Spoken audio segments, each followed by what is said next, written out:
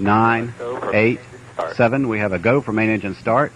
4, 3, 2, 1, and liftoff. It's the SFL Nights it's the SFL Nights with A.J.Striker, with A.J.Striker. It's the SFL Nights it's the SFL Nights with A.J.Striker, with A.J.Striker. Ashley Jackson about the action. SFL news, come and join with interaction. Whatever happens, happens. Yeah, you will leave with satisfaction. Yeah, tell your team and tell your captain. Come and tune in, new episodes weekly. You can tune in from your room in afternoons, and when the moon hits, it's unique.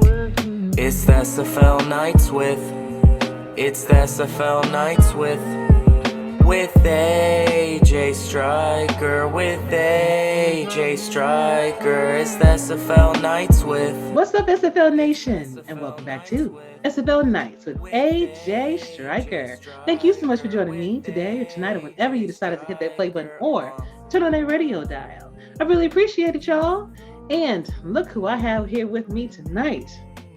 My co-host, my friend, T-Roy Games. How are you doing? I'm doing good. Just got done working out, so now you got the big blue shirt contrasting with the black shirt of the Vulture. So yeah, I gotta take care of myself. So yeah, I understand, man. Well, we all do. You out there hurting knees and stuff like that. You know, you gotta make sure you stay limber. Well, welcome you back to the show, man. Welcome you back as always. And I was going to say, if you would have just wore that blue shirt without that other stuff over it, that the jersey, the Vulture stuff over it, you're going to get fired. That was just a PSA. I like it here in the DMV. I'm good. Indeed, it fits you. But everybody, we got a great show tonight for you. We are going over week 9 action, and whoo! Crazy week. Followed by my SFL Nights trivia, where I will reveal the winner. And I chose the winner a little bit differently this week, and this is how I'm going to be doing it from now on, okay?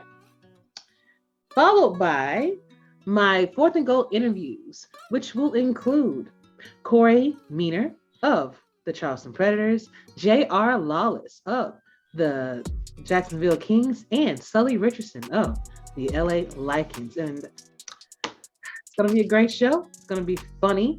I can already tell. Me and T-Roy started off the show backstage just laughing our butts off. So I feel like it's going to continue on over here. I can just hear it, you know. But no comment. Week 9 action was full of high-flying action and comebacks. And I am sure T-Roy is going to be happy to tell you about one that he was personally a witness to. Okay? All right. So we have the Mexico City Aztecs took on the Vancouver Legion, where Vancouver won 31-27. Vancouver had 244 yards passing, 80 yards rushing for 324 yards total. Their time of possession was 17 minutes, 6 seconds, with 1 mistake. Mexico had 384 yards passing, 133 yards rushing for 517 yards total. Held the ball for 26 minutes, 40 seconds, with 3 mistakes. The Sioux Falls Sparrows took on T-Roy's Baltimore Vultures, and Baltimore won 31-21. The Vultures had 372 yards passing, 102 yards rushing for 474 yards total. Time of possession was 26 minutes and 36 seconds with 3 mistakes. Sioux Falls had 194 yards passing, 57 yards rushing for 251 yards total. Their time of possession was 17 minutes, 9 seconds with 1 turnover. Atlanta took on the Jacksonville Kings, where Atlanta won 31-14. Atlanta had 202 yards passing, 125 yards rushing for 327 yards total. Time of possession was 19 minutes, 34 seconds with 2 mistakes. The Kings had 267 yards passing, 33 yards rushing though, for 300 yards total. Time of possession was 22 minutes, 48 seconds with 2 turnovers. Louisiana Revolution took on the Charleston Predators, where Louisiana won in a big way, 15-0. 0? Charleston, what? Okay, so Charleston had 80 yards passing, 65 yards rushing for 145 yards total. They held the ball for 14 minutes and 53 seconds with 2 mistakes, while Louisiana had 201 yards passing, 64 yards rushing for 265 yards total. Their time of possession was 28 minutes, 20 seconds, 2 mistakes. Also, Tulsa Desperados took on the Carolina Skyhawks, where Tulsa won 27-17. That was a great comeback game too as well. Tulsa had 178 yards passing, but only 51 yards rushing for 229 yards total. Their time of possession was 20 minutes, 35 seconds with 2 mistakes. Carolina had 282 yards passing, 48 yards rushing for 330 yards total. Their time of possession was 21 minutes, 49 seconds with 4 turnovers. The Portland Fleet took on the Lone Star Glory, where Lone Star won 12-10 this defensive based game. Portland had 116 yards passing, 126 yards rushing for 242 yards total.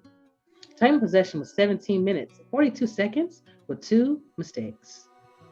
Lone Star had 243 yards passing, 97 yards rushing for 340 yards total. Their time of possession was 25 minutes, 29 seconds with 2 mistakes.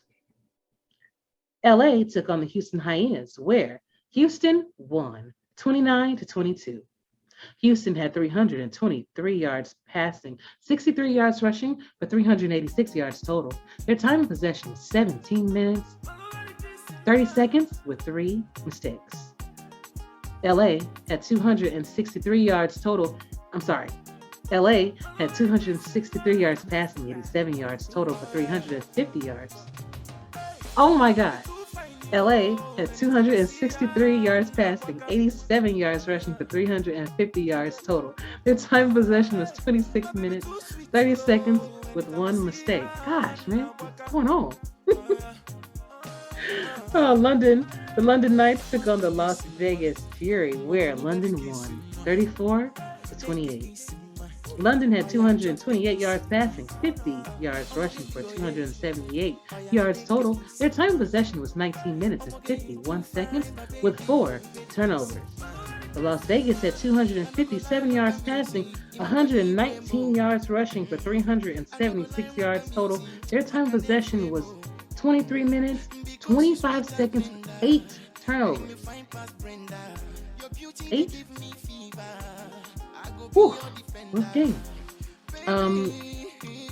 Fort Worth Toros took on the San Diego Mavericks, where Fort Worth won 40-34. Definitely high scoring game on this one. Fort Worth had 211 yards passing, 244 yards rushing for 455 yards total. Time of possession was 23 minutes and 27 seconds with no mistake. A clean game too. San Diego had 383 yards passing, but only 59 yards rushing for 442 yards total. Time of possession, 20 minutes, 27 seconds with 3 turnovers. The DC Dragons took on the Denver Nightwings, where Denver won 30-17. DC had 289 yards passing, 82 yards rushing for 371 yards total. Their time of possession was 20 minutes, 4 seconds, 4 turnovers. Denver had 201 yards passing, 102 yards rushing for 303 yards total. Their time of possession was 23 minutes, 32 seconds with 1 mistake. So, T-Roy, all these scores, man, all these, some in close games, some were like very, very high scoring. Some of them were very defensive what games actually stuck out to you? Well, the biggest one that stuck out to me was the one I was fortunate enough to call with Tyler Falk on Sunday, which was Fort Worth and San Diego. It started off with Fort Worth having the advantage. Jason Williams was able to run a huge touchdown run. I want to say that was actually, like I said, a 65-yard touchdown run. They'll get him up 10-0, and then Scar Patterson, who started off the game with a couple of interceptions, just was able to shrug that off and have a second quarter that reminded me, and I think I said this in the show, almost not a show, on the broadcast, that it reminded me of Doug Williams back when he was in Super Bowl 22 back in 1987, which I was 5 years old. I still remember that. Williams threw for 5 touchdowns in one quarter. Patterson threw for 4 touchdowns in one quarter. It seemed like San Diego Mavericks were just going to run away with that game. And then Fort Worth, with their no mistakes, which proved to be the difference on that one, started to make that comeback. They were able to make the adjustments in spite of the fact that San Diego was able to throw it deep on them. They made the adjustments. They were connecting on the deep passes. Fios was still running the ball effectively. And then overtime, Fios was able to close it out. It was a great game. Fios was the MVP of that one. The back and forth between Patterson and Reno was fun to see. And I believe that game was game of the year material, in my opinion, from just the back and forth. It was very exciting from start to end. And I want to give shout outs to the running backs that went over 100 yards rushing this past week. Now, there's other running backs that actually had great games but finished under 100. So I'm not discounting what they did, but I want to give a shout out to the 4 that was able to go over 100 yards rushing in their respective games. BDG Hollywood 125 for the touchdown. We just mentioned Jason Williams. I think he could maybe here get honorable mention or offensive player of the week with 238 yards rushing, 2 rushing TDs. Again, the 69-yarder in the first quarter and the walk-off touchdown run in overtime to get the win for Fort Worth. Phoenix Jones 110 with 1 rushing touchdown, and Scott Johnson with 119 and 2 rushing TDs. Shout outs to those 4 running backs who went over the century mark this week. Also, I forgot to mention Ezekiel Love. He also went over 100 yards. Unfortunately, his team lost, but he also went over 100 yards in this game for Portland in the game against Lone Star. Shout out to those running backs. Good stuff. Good stuff. A lot of people doing a lot of good things, huh? Yes, they are. Speaking of which, people doing good things. I do have my MVPs for this week, for week 9, and there it goes as follows. All right, first up, we have Vancouver's wide receiver Brett Killian with 6 receptions, 125 yards, 2 touchdowns, and he averaged 20 yards per catch. Jack Wigmore, of course, quarterback for the Baltimore Vultures, went 28 for 35, 28 completions out of 35 attempts, 372 yards, 3 touchdowns, and a quarterback rating of 103.8. Atlanta's own BDG Hollywood halfback went, of course, with how you mentioned, 28 attempts, 125 yards, 1 touchdown, and 18 reception yards. Louisiana's kicker, Otis Boudreaux, had 5 field goals made out of 5 attempted, and his longest was 51. Definitely good work, sir.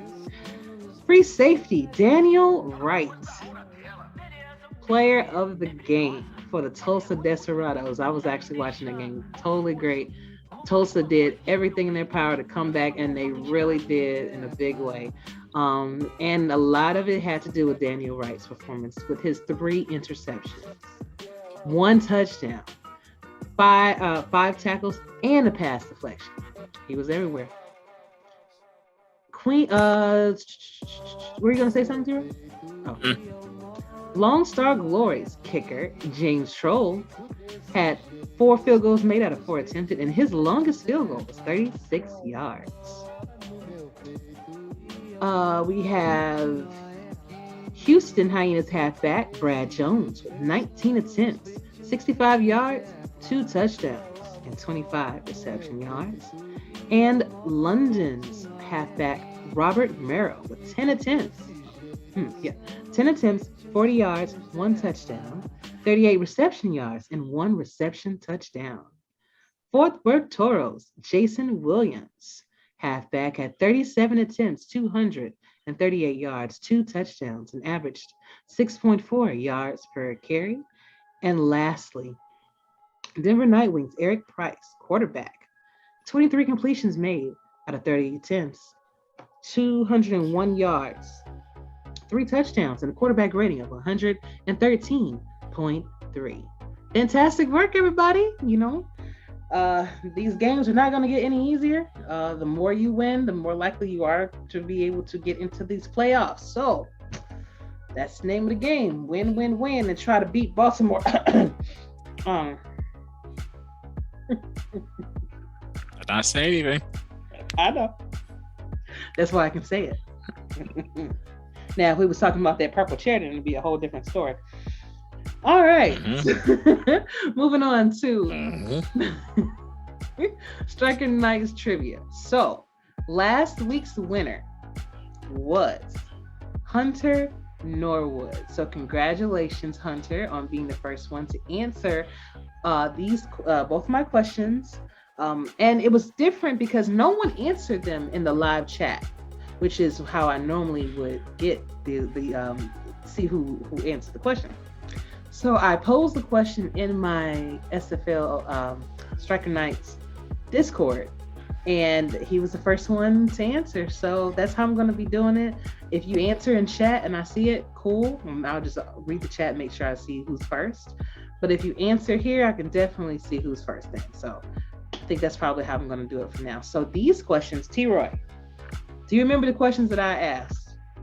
Name 3 social media SFL related shows. Yeah. And name 3 SFL M teams. Good memory. Nice. I'm gonna take Y'all lucky I didn't answer. Y'all lucky. Hunter. Y'all lucky. This is actually gonna be a good one. This is just going. I'm gonna see who's been paying attention to the Monday night game again. But this one is just one question, very simple. Who were the coaches that were with Cam on Monday night's game during the St. Louis and Florida game? List all of them. Everyone that was on that show that he was doing it with. So these are all the coaches, so it should be easy for you to get this. First one answers, you get a prize. So T-Roy, speaking on that, what were your thoughts on actually hearing the coaches talk about their game while it's going on? I think with something like that, well, it was very interesting to hear what the coaches are saying when they're giving out their plays. Something you gotta worry about too is trying to be careful not to give too much, because you still have like half of the season left, and people could say, "Oh, well, maybe I can game plan for those plays that they saw," especially when they called them out, by the name of the play. Got me all choked up hearing that. But it is a nice theme. I'll just be a little bit, unless the coaches, maybe the coaches ain't worried about that, which is, shows the confidence in their own playbook. But, for me, like, I will be a little bit worried about giving out too much info on stuff like that, just in case somebody that game plan is like, "Oh, that's the name of that play. Okay, cool." So I think it was a double-edged sword. It was still, a good watch, fun to listen to, but you also gotta be a little bit, cautious of everything that you say on that type of broadcast, just to make sure you don't give your game plan away prematurely. And that's understandable. I could definitely see why you would say that. I agree with you on that, but I also take the stance of it brings a whole different dynamic when you're hearing from the people that put these plays in the system, right? So everybody complains about, "Oh my God, it's glitchy. It's little things," right? Okay. So it's cool to be able to see their real-time reactions on the things that they put into the system.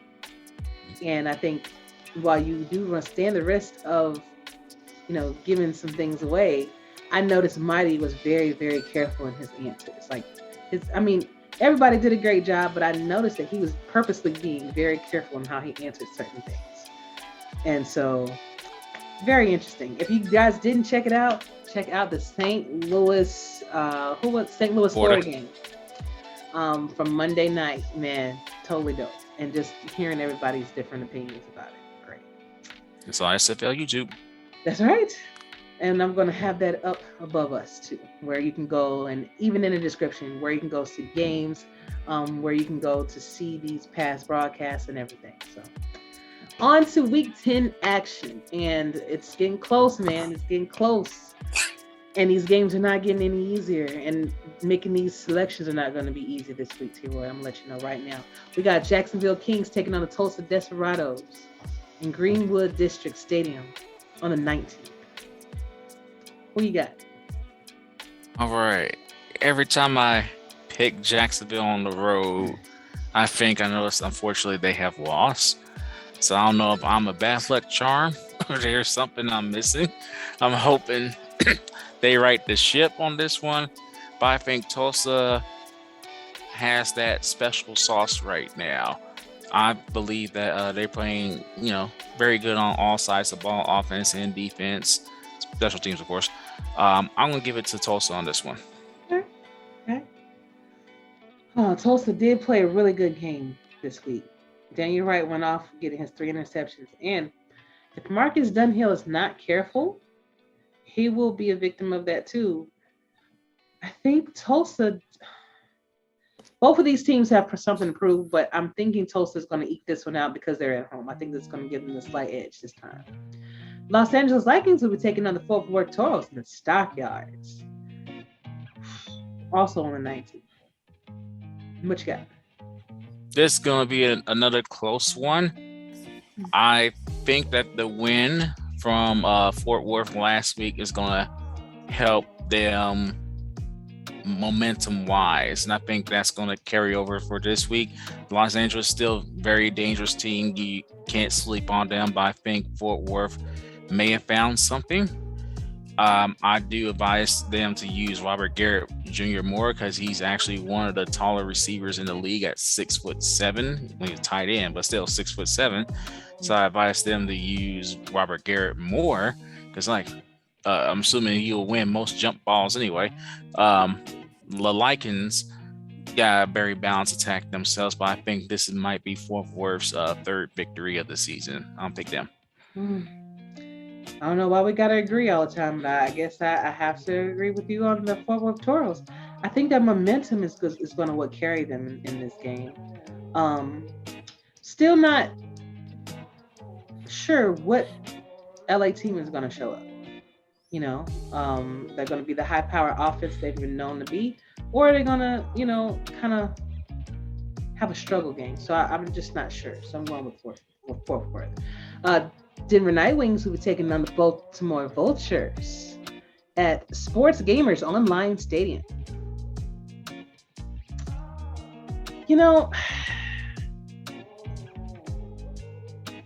I think it comes down to a point, and I might get in trouble for saying this, but who is more likely to beat Baltimore at this juncture? Because if I remember on my my content creator sheet that I think I only had you guys maybe losing one game, and that was to us. But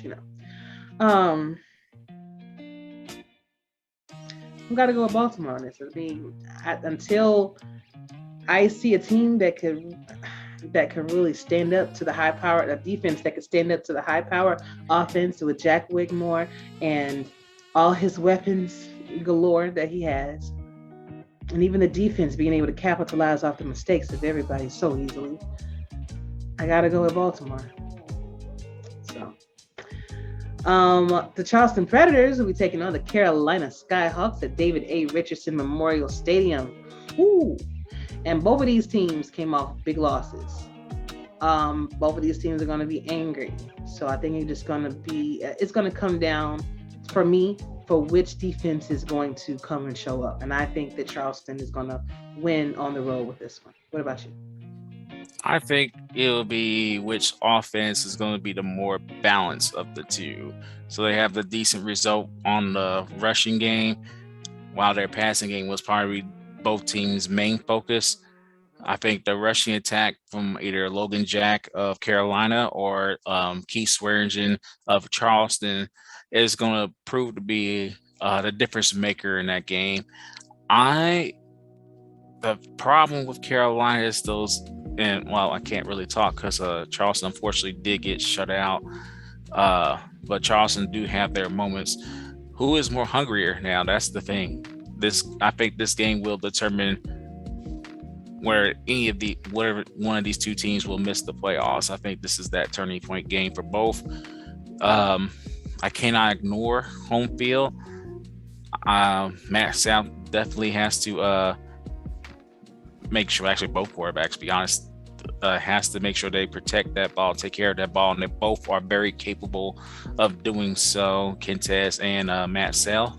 I'm going to go with Carolina, however, on this one. Gotcha. The Atlanta Swarm will be taking on the St. Louis Gladiators at Gateway Coliseum, 4:45 p.m. on the 19th. Who you got? All right. Now, unfortunately, because of what's going on in St. Louis right now, with players announcing their retirement at the end of the season, or even tested free agency at the end of the season, which was broken early. The news was broken earlier today. This was recorded, by the way, on the 15th. You know, Ashley show usually appears on Thursdays. Today's Tuesday. I'm wondering if that's going to unfortunately disrupt the rest of their season. I think it's definitely going to be a issue in this week's game. So I'm actually going to go with Atlanta on this one, solely because of, unfortunately, distractions. Yeah, that will have. I think that's probably going to have something to do with it as well. And Atlanta does have those, those weapons with Jamal Wooding over there, and Siege Falco, Bryant Dynasty can have a field day. Unfortunately, unless St. Louis come up with a game plan that throughout the midst of this adversity that surrounds them right now. Houston will be taking on the Portland Fleet at 5:15 p.m. at the Shipyard. Who you got? Now, Portland is getting ready, unfortunately, for next season due to the fact that they're still winless.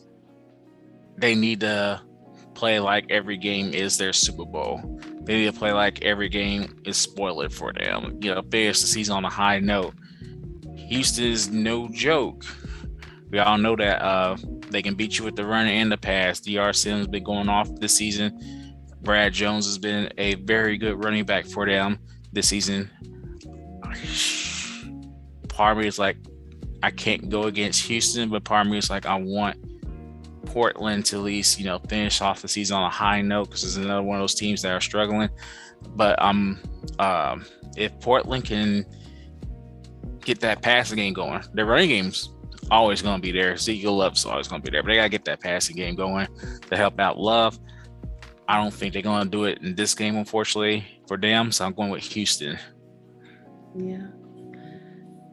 Again, when you haven't had the type of season that you want to have, sometimes it's probably better to just go and try to get that number one draft pick to help you out, put you back where you were. So that said, I think they're going to give it their all, but I think Houston is going to wind up being victorious away. They just have a great momentum right now, and Portland is struggling. So on the 20th, DC Dragons will be taking on the Arizona Scorpions at Fatality Field at 5 p.m. Eastern.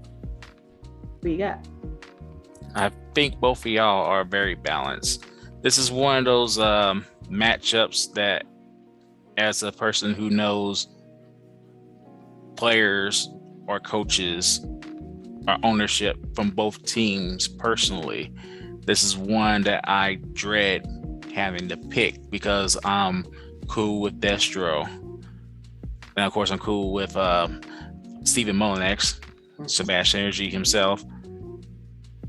A couple of members of the Senpais also on DC. And of course, with Arizona's U is Eddie.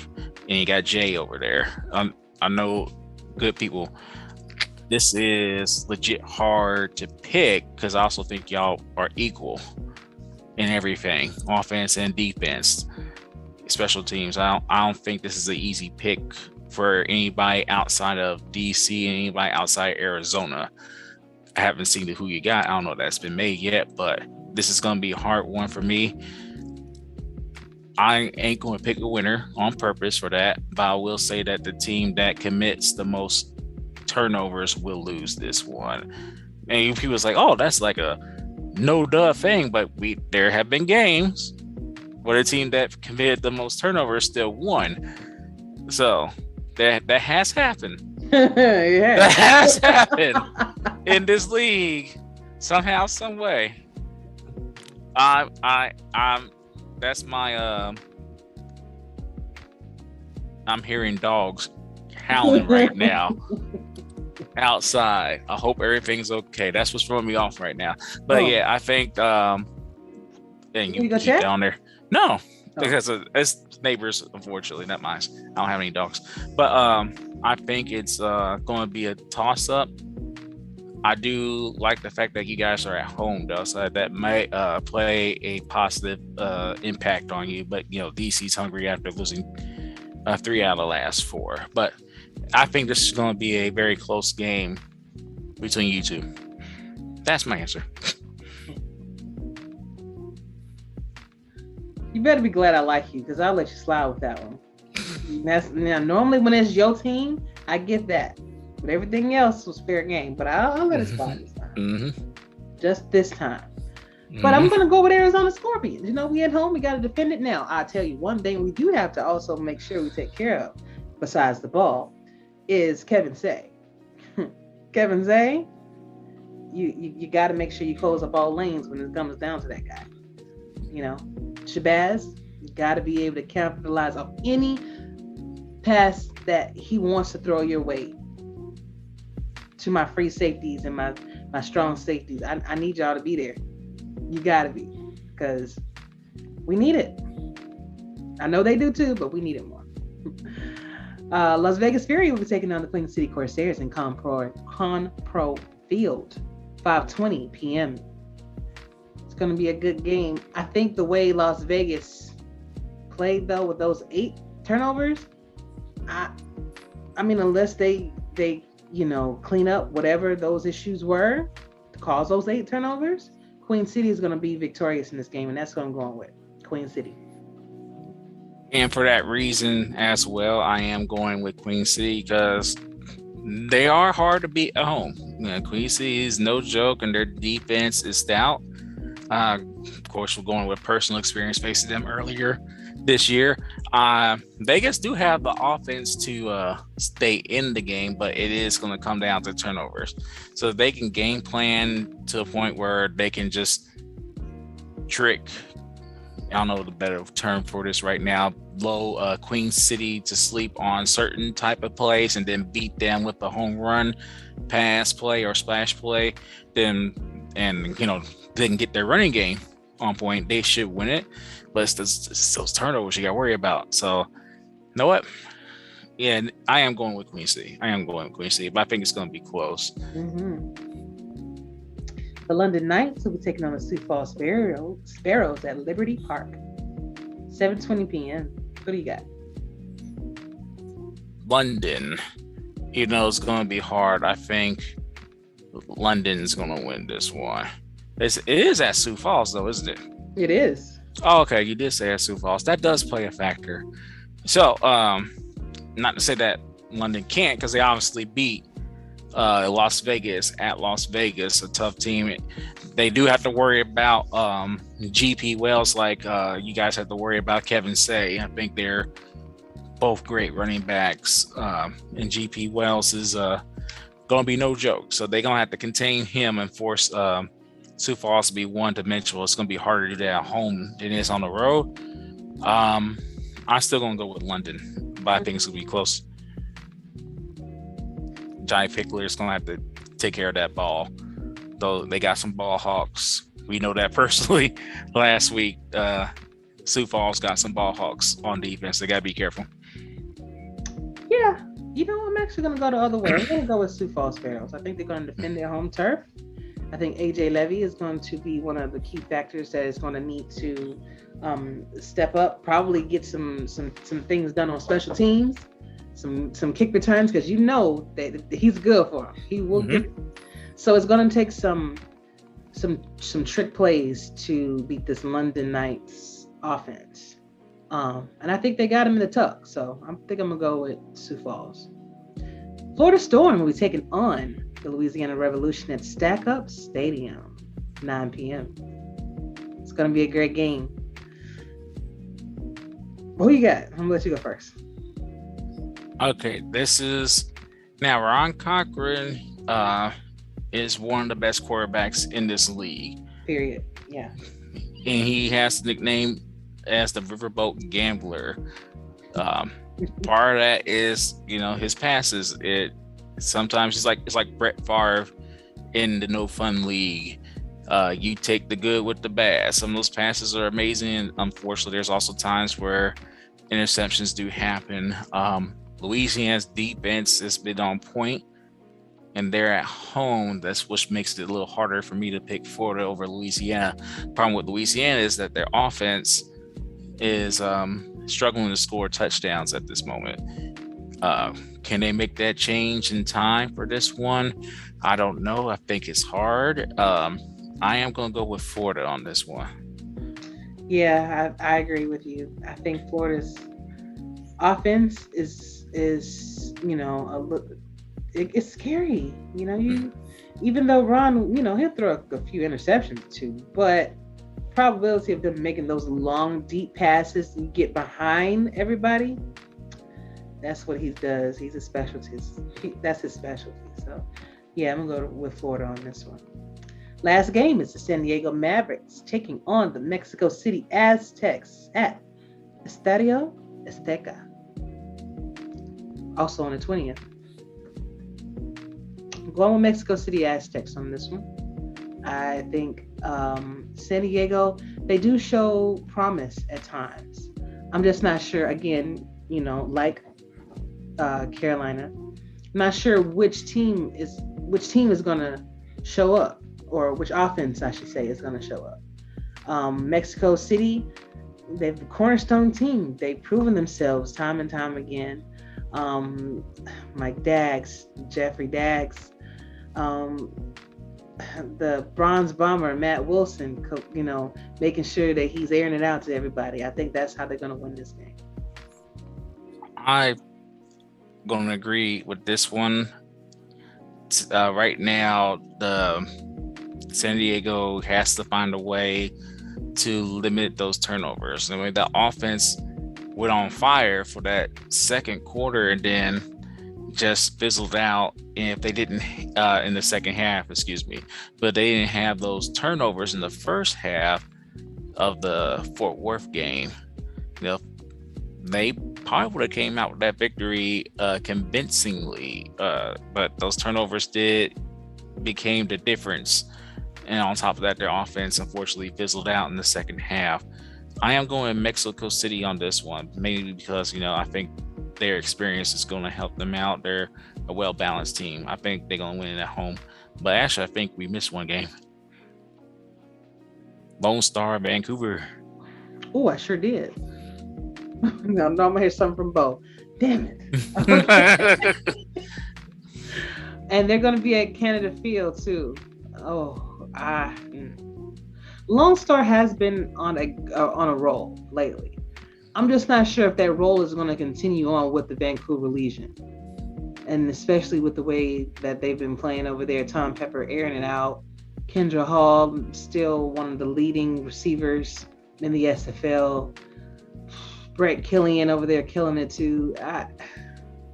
Robert Redford is another option that's reliable. I'm gonna have to go with Vancouver this week. Yeah, I think for Lone Star, they're gonna have to force Tom Pepper to throw interceptions, ill-advised passes. They're gonna have to do something to pressure him in order for and capitalize off of those turnovers in order for them to stay in the game with Vancouver. I also don't think that their offense has to be their best defense, because you want to keep Vancouver's offense off the field as much as possible. So they need to have time-consuming drives that ends in 7 points, not 3. I think that's going to be hard on the road. I think Vancouver is not one of those teams that has that special sauce. I'm going to go with Vancouver on this one, but Lone Star has to have time-consuming drives on offense ending in 7 points to basically give themselves a better chance against Vancouver. Indeed. Good stuff, T-Roy. Good stuff, man. We're going to see how right or how wrong we are. And hopefully we didn't hurt too many feelings in the process, you know. But everybody, stay tuned for my 4th and Goal interviews coming right up. All right, everybody, and welcome back to my 4th and Goal interview. Tonight's guest is a good friend of mine, someone that's always keeping tabs on me, making sure that I'm doing all right. And he is Mr. Cory Mennor. He is the cornerback for the Charleston Predators, as well as their Director of Communications. How are you doing? I am doing fantastic. How are you doing tonight? Doing fantastic. And I actually forgot a title for you. SFL's Stats Guy. Stats Guy. There you go. Stats Guy. Awesome. Well, welcome back to the show, Cory. It's good to see you again. Well, thank you for having me back. It's a pleasure being back. Anytime. Last time I saw you was at the convention, and that was absolutely amazing meeting you in person. Yes. Oh, it was. It was such a pleasure and a blessing to be able to meet you as well. That was a great time. I can't wait till next convention. Indeed. So what's been going on with you since then? You know, you last been on the show. Nothing. A lot has changed. I mean, personally, things are going good. Yes. Just still trucking along with work and trying to make things happen, and just waiting for my wife to finish nursing school. Like, you know, just ready to quit the plant and get an easy job, like working at Walmart or something. I don't know, just something easier. I don't know if working at Walmart is easy nowadays. Yeah, you got a point there. You do have a point there. But and then, you know, league-wise, we're doing great. We're doing big things in the league. I mean, had a rough loss to Tulsa. You know, definitely not what we were looking for. Right. But, you know, we're halfway through the season. There's still plenty of football left to play, especially with Kentez Johnson now at the helm. You know, that's a big one. That's a big change. We didn't expect it.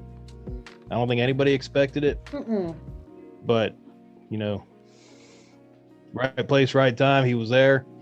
And, you know, all in all, I'm still feeling pretty good about this season. Fantastic. You know, I was going to ask you about Kenny Dimes. What is he like in the locker room? And what was it like actually hearing that he was going to be the leader of the offense on that team? Overall, it was great. Everybody was excited that he would be joining our crew. You know, he's did great things in Houston. I know everybody gives him a little hell now and then. But, you know, hey, he's shown up and been a great guy in the locker room. Can't say anything bad about him. On the field, he's just as great. Yeah. If not better. So he's making big things happen for us. I know it didn't look that great in Tulsa, but I assure you there's big things to come. Indeed. You know, he got to knock the rust off, you know. Exactly. You got to get the cobwebs out and you'll be good to go. Exactly. And Kenny, you watching, I got to have you on the show too, brother. I don't think either it's been a long time since I've had him on or he's never been on. We can't have that. He's been in the league. No, you got to get him on. Next one. You got to get him on. Definitely. So what are you thinking about Charleston's season as a whole. I mean, yeah, you did have that one bad game against Tulsa, but like as a whole. We got off to a slow start. You know, wasn't very pretty. Went off 0-2 in the beginning. Then hit a 4-game winning streak. Took out a big division rival, Florida. That's a big one. I think that was definitely a confidence booster. And you know, we always keep the games close. That's, you know, Tulsa, that one we're not going to talk about that game. But all the other games we're close. When we lost, it was real close. So we're always in striking distance. We're never out of it. So when we got, go ahead. No, I was agreeing with you. I can see, and indeed, you guys are always within striking distance, which makes you dangerous. You don't know, you know, how to really prepare. Because I'm looking at like your stat, like Jack Brown, 10 tackles, actually about 12 total. You got some dangerous people on your squad, so. Oh, absolutely. I mean, Jack Brown for one. Eric Hammer, getting him from Florida. Yes. Big get. Big get. And he's already been showing up on the field, making some good things happen. Swearingen, he's had a couple big breakout games. Yes. In the backfield. I mean, Da Vinci, Simons, everybody's been instrumental. And it's definitely been a team effort. It's not just one. It's not just the, you know, Kentez show. It's not just the, you know, Jack Brown show. It's the Charleston show. We're here to make things happen. Fantastic. So what's the overall vibe in your locker room like right now? Oh, it's definitely positive. Good. It is absolutely positive. Everybody's, I mean, you got Jacob Clear leading us and making great things happen with our team. He's got great game plan. I mean, everybody's just excited for this season. You know, there's something different going on. I mean, don't want to jinx ourselves, but, you know, hey, knock on wood. Something. Right. I feel like we're gonna have a good playoff run this year once we get there. Okay. Now, what about your player, the cornerback?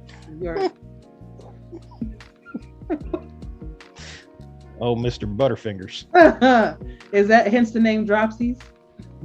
Yeah, they gave me that at the end of the last season because it seemed like, you know, for every 10 passes that I put my hand on, I'd only pick off maybe one.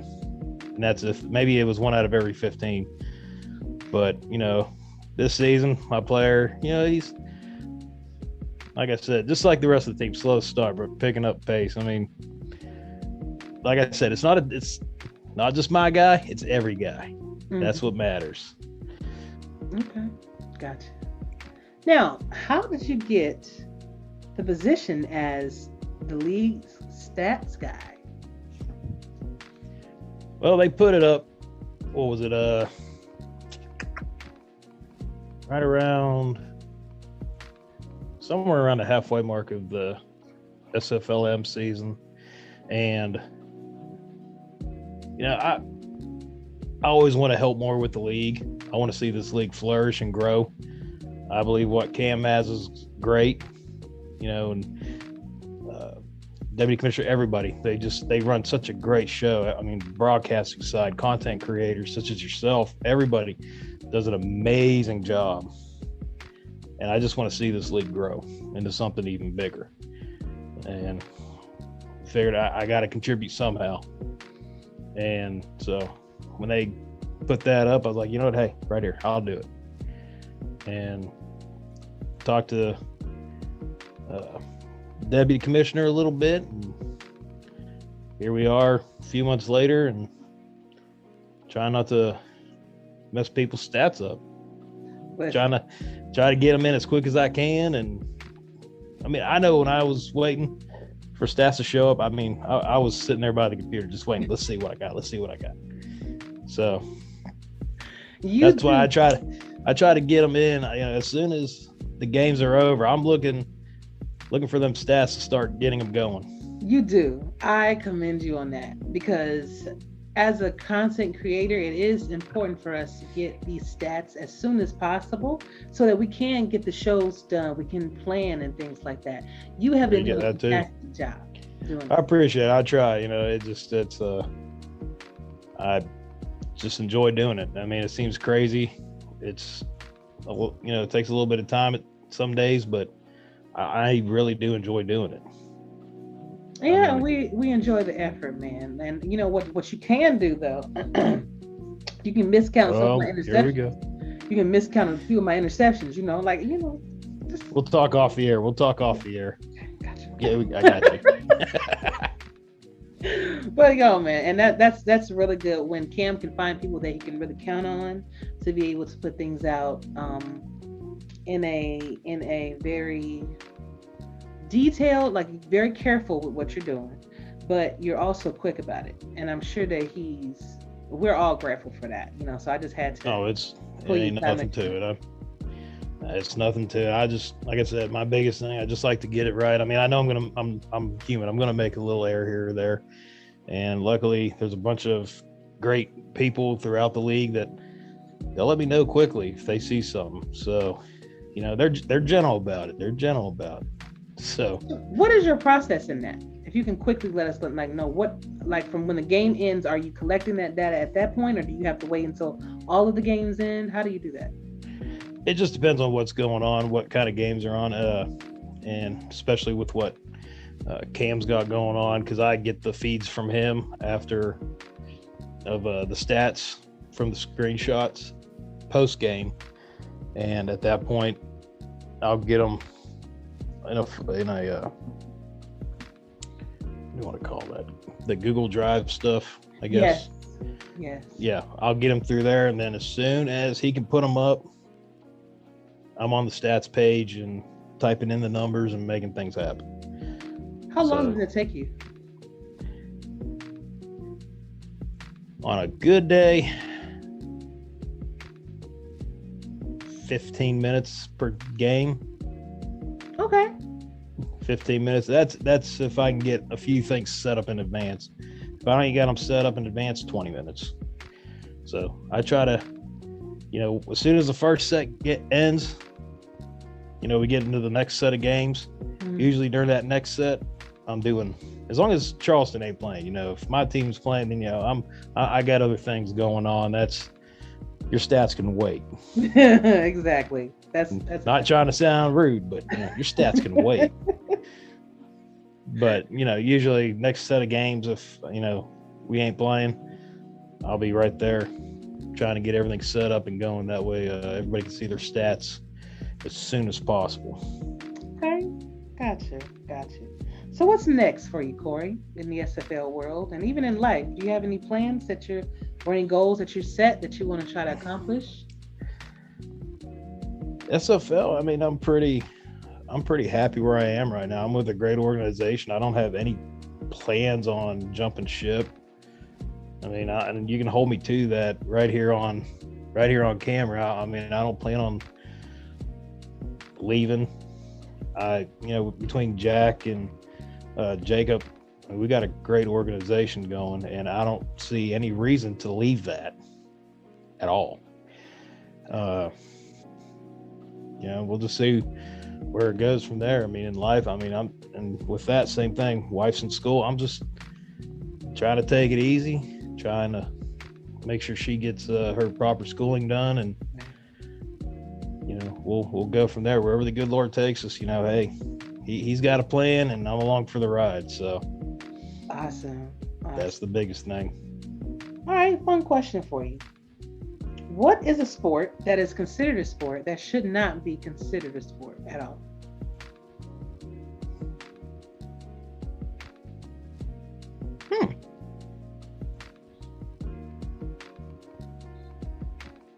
I'd never thought about that. What's considered a sport? Archery. Okay. Why? Oh, to me, that's hunting. That goes along the lines of hunting. And, I know hunting's sport, but hunting's hunting, I don't know why it's, You're the first person that actually said that, though. Like I've heard a few of the same answers, but you're the first person that said archery / I don't know why. Like, it just, to me, hunting's hunting. I don't know. That's kind of like a hard question for me to answer because. Hey, you did it though. You did it. You know what? Here we go. For those that think bocce ball, that bocce game is a sport. You know what I'm talking about? Bocce? No. What is No? What is bocce You never ball? heard of it? Okay. No. It's like a little white golf ball. Imagine a little white golf ball, and they toss it down to the end of a lane, and they got these bigger balls that they gotta roll, and it's the closest gets the points. It's look it up, or YouTube and Google that. It is definitely a retired person's game, but they consider it a sport, which is not right. It's not cool. I mean, I think if I'm not mistaken, it's in the Olympics, and that's just wrong. So it's kind of like curling for me. I got you. Curling. There you go. That's another one. I'm kind of. No, that's not a sport either. I keep No, them. it's not. Now that I'm thinking about it, no, I gotta agree with you on that one. That's definitely not a sport. I mean, tossing a stone down a sheet of ice. I mean, that's kind of. And you're sweeping it. You forget the sweeps. They're professional sweepers out there. Whatever floats their boat. Whatever makes them That's happy. right. I'm not gonna hate. That's right. To each their own. True. It's just it's just strange. But I got a couple hot seat questions for you. Okay. Now this is just rapid fire. Say what's on the top of your head. No pressure. Guys, don't DM him talking about why you say that about me. It's just fun and games. So on your team, who is the funniest person? I do gotta say Jack Brown. Okay. Yeah, he's got pretty quick wit. I'll give him that. He comes back with some quick ones sometimes, and it's kind of amazing. Like if I'll be 100% honest, if you see anything on social media or Twitter that is posted by us that is on the funny lines, that's definitely him. I'm noted. I've seen. Yeah, he's the quick one. I'm the one that I like to plan things out and make them look a certain way. He's just bam, rapid fire. Gotcha. What about the most improved person on your team?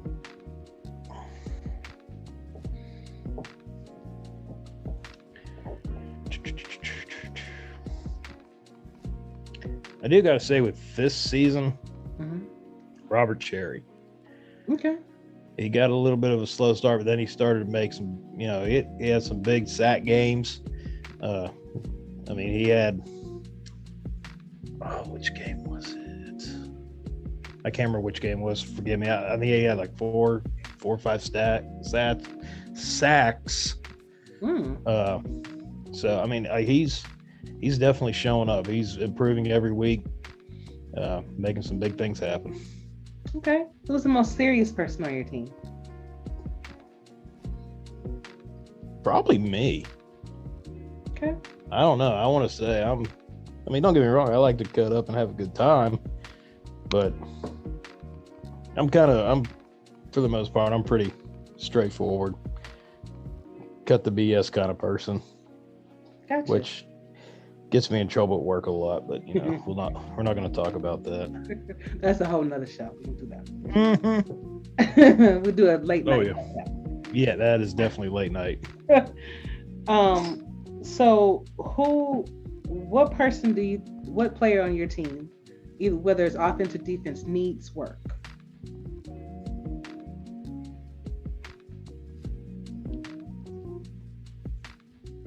Kentez. Yeah, that's fair. Nothing. He's rusty. He's only had 2 games since he's come back with us. I think he's just like we said earlier. He's got to get the rust off, knock the cobwebs off. He'll be all right. He'll be amazing. I think he's going to shock the hell out of everybody. Because I know a lot of content creators didn't have faith in us earlier in the season. Ashley. Wait, bro. Like I told Bo, Okay. Like I told Mike, okay, listen, we had to go from matchup to matchup. You know, this was early in the season.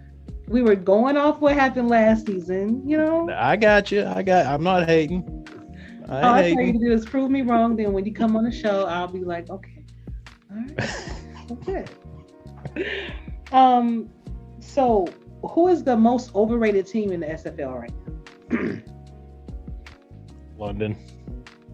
Okay, interesting. Who's the most underrated then?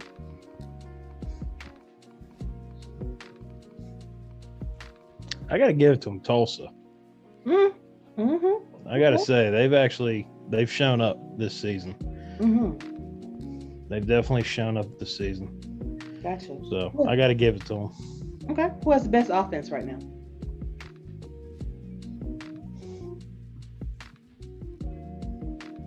Baltimore. Who has the best defense?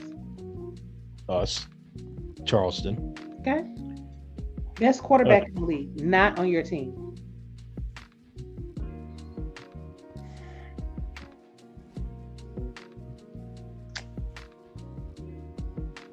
Why am I drawing a blank on his name? Who is he playing? Baltimore. Jack Wigmore. Wigmore, thank you. I don't know why I draw a blank. Apologies, Jack. I didn't. No offense. It's been a long day. I've been up since like 4 a.m., dude. Oh, So. let me tell you, I'm gonna get you in the bed. A couple more. No, I'm good. I got beer. I'm good. Best running back in the league that's not on your team. You the stats man, so you say yeah, Beletsky. Okay. Gotcha. Beletsky, he could, Douglas Brown though, he's definitely showing up. Okay. As well. He's climbing. He's definitely climbing. Okay. Best receiver. Best receiver.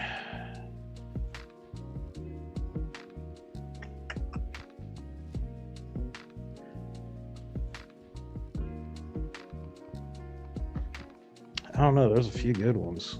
Mm-hmm.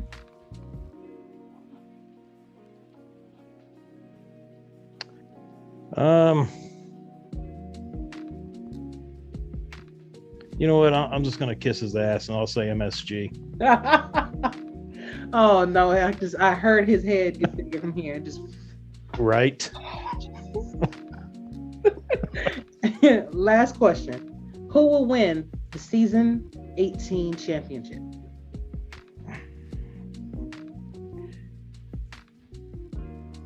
Of course, naturally, I want to say us. But if I'm gonna be numbers guy here, I mean, Baltimore's a good one. They're definitely a good one. Is that your final answer? I wouldn't be sure. Yeah, let's go with Baltimore. I'll go with them again. If I'm gonna the unbiased answer, it's that way.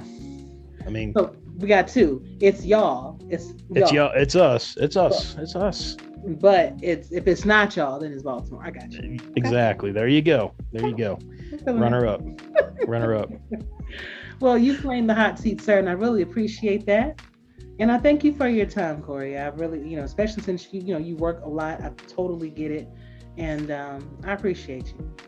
No, I appreciate you having me on. It was a pleasure talking to you. I always enjoy talking to you. Anytime, brother. And come back on whenever you feel like it. Whenever you have some time, I'd love to have you on, and maybe we can talk about a few of these games together as you can help me host the show. Absolutely. Hey, let's do that one time. All right. I think that'd be fun. Cool. I can't let you go without giving you the last word. So that can be a song, that can be a poem, or just a simple shout out. But right now, Cory, the floor is yours. I really don't have anything, witty or anything to say. Like I said, Jack Brown's that guy. But hey, I just want to thank you again for having me on. I always enjoy talking to you. You're a great person. Always enjoy talking to you. Thank you. You could have sung a song though. Nah. Not done beer yet. I'm I'm about 3 away. Dang it! I should have got you later. I was gonna say if you would have given me about another 30 minutes, and I would have been, singing some Garth Brooks or something. I don't know. Well, We're gonna save that for when you talk about your job, and then on the late night, the late. We'll save that for convention. Hey, even better, even better. Thanks, brother. See you soon. Oh, you take care. All right. All right, you too. Bye. All right, and welcome back to my fourth and goal interview. Another great friend of mine decided to come on the show, and I'm so glad to have him on. He is Mr. J.R. Lawless from the Jacksonville Kings, the linebacker. How are you doing? Doing great as always. Glad to be back in the league, and happy to be helping out again. Absolutely. Glad to have you back, man. I'm telling you, broke my heart when you left. I was like, who did it and why? Do I have to write a letter to get you? Yeah. Well, yeah, I'm glad you're back. But this is your first time on my show, so I want to welcome you. And I'm gonna take it easy on you this time. You know, when first time, you know, you get the special treatment. But the next time, hot seat for you, okay? All right. So let us know a little bit about yourself, JR. Your age, your hometown, an interesting fact about yourself, and your favorite NFL team. Okay. Let's see. I'm 37 years old. I am from all over, military brat a little bit, but I grew up in my high school years were in Indianapolis, Indiana. But my middle school years were in Staten Island, New York, where I unfortunately became a Jets fan. Been living with the heartache ever since. Oh, hey, you know, it happens. Yeah. I thought when you had Sanchez, I was going somewhere, but you know. Of course not. I was happier with Vinny. You tried. Yeah. All right. So interesting fact about myself is I did stand-up comedy for about a year, and I broadcasted independent baseball as an online broadcaster for a year in 2017 here in Tucson. Wow. Okay, that's not what I was expecting. So how did you get in those positions? If you can let us know a little bit of background on that.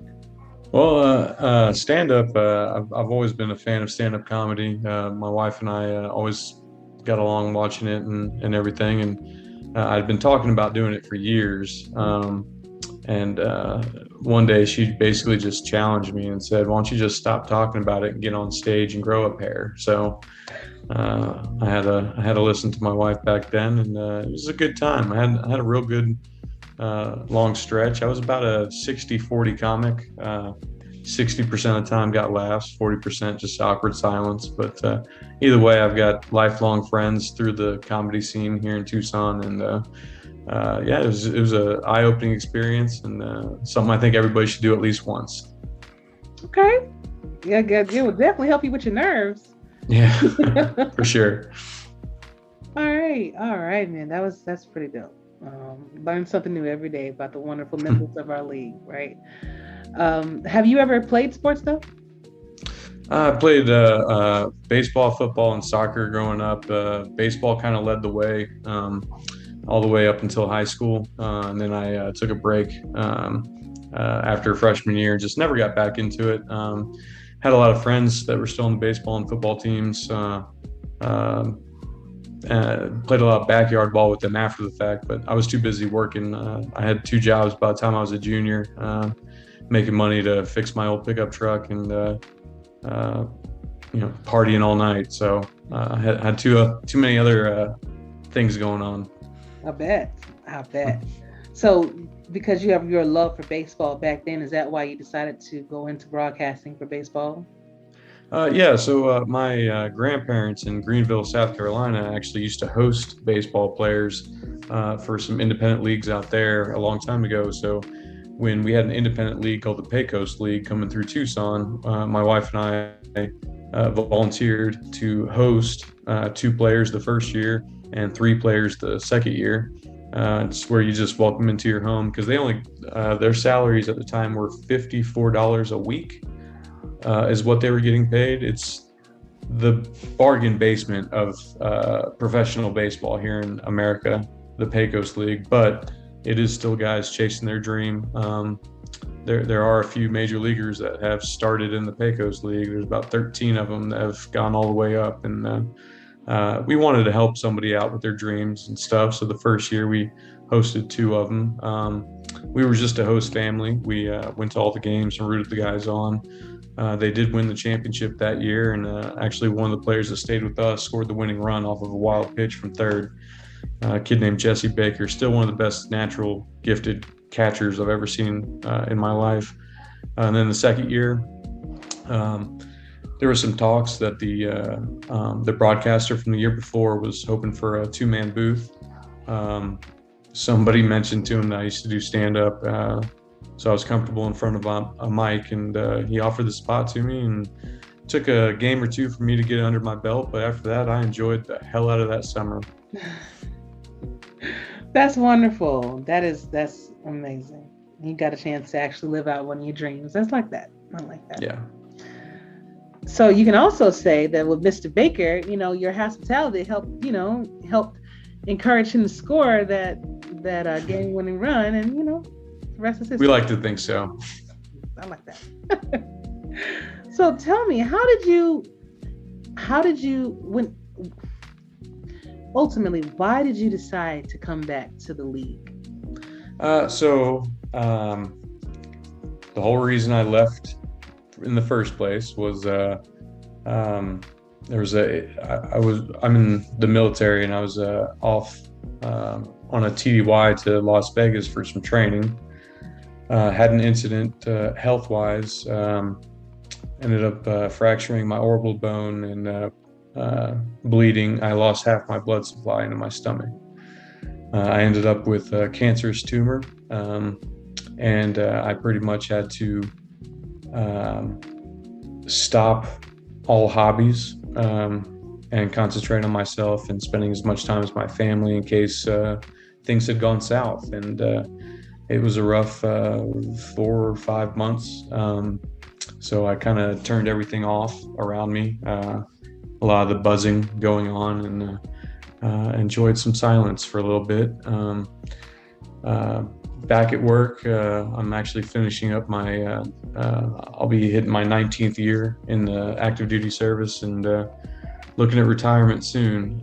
But some time opened up, and one of the first things I added back into my life was the SFL. Poked around at a couple of teams that were interested, but ended up pretty much springing straight over to Jacksonville and asking if they still had my spot open. So they welcomed me back with open arms. So thanks to everybody over there, especially Mike All, that kept that line of communication open for me too. Yeah, I'm glad to know you're okay. I'm glad to know that, you healed, and, and some tough stuff, but, you're a tough cookie. I'm glad that you're able to stand all of that, man. Yeah. You're still standing strong with us, brother. So. I appreciate it. Awesome. What do you think about the Jacksonville Kings overall season, though? Like, what do you think you guys stand? A lot of people were saying that y'all weren't going to do too well this season.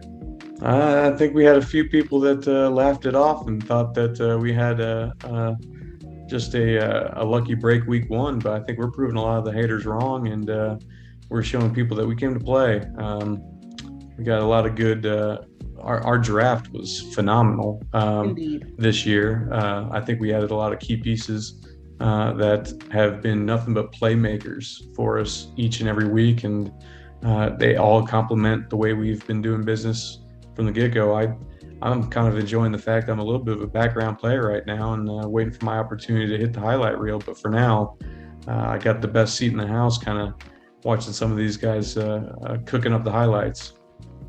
I mean, you're not doing too bad. Let me see what your stats looking like right now. I mean, so far, you got 24 tackles on the season, 11 assists, couple tackles for loss, and a pass deflection. Still waiting for you to get, maybe an interception or a sack or 2 or something like that. Maybe a pick 6.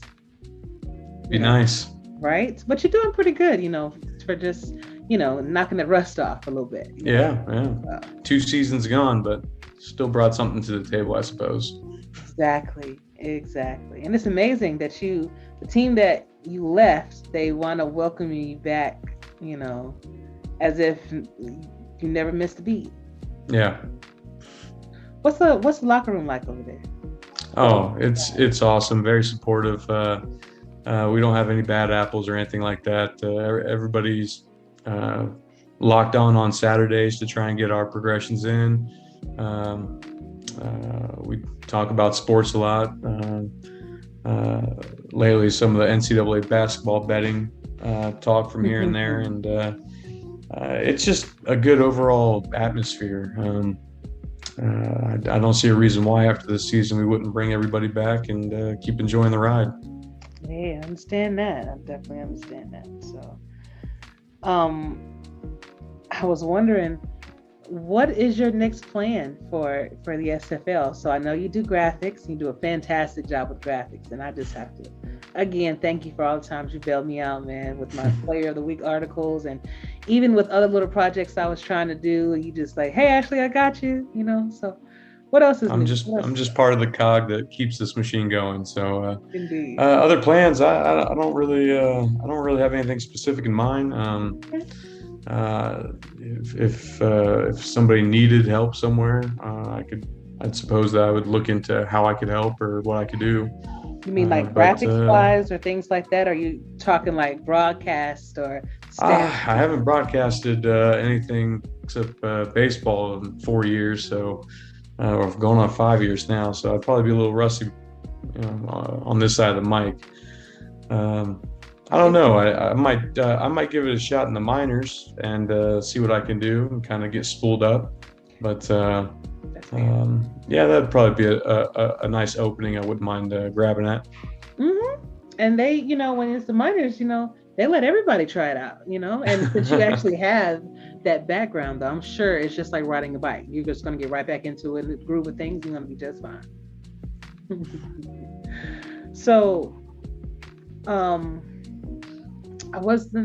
not going to put you on the hot seat. Typically, that's what I would do for my first time guest, even though you have been in the league for a minute. I should, but I'm gonna give you a break this time. But I'm a different shade of rookie. Indeed.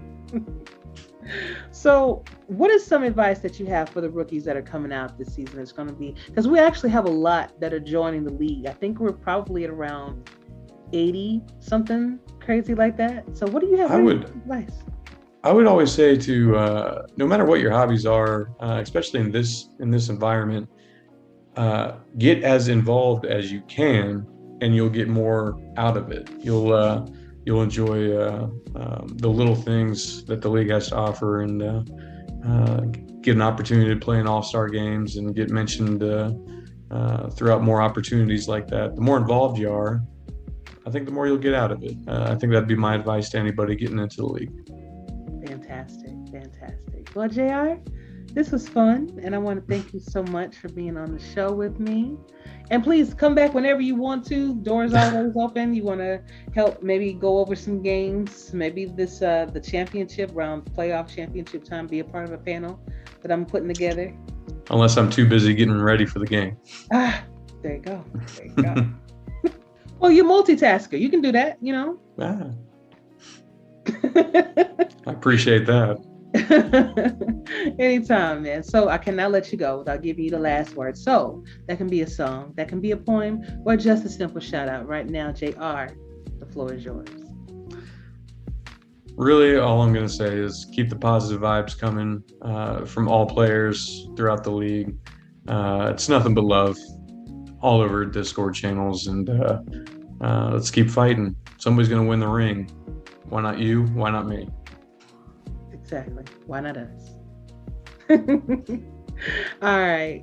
See you soon, brother. Thank you so much. Thank you very much. Mm-hmm. You're welcome.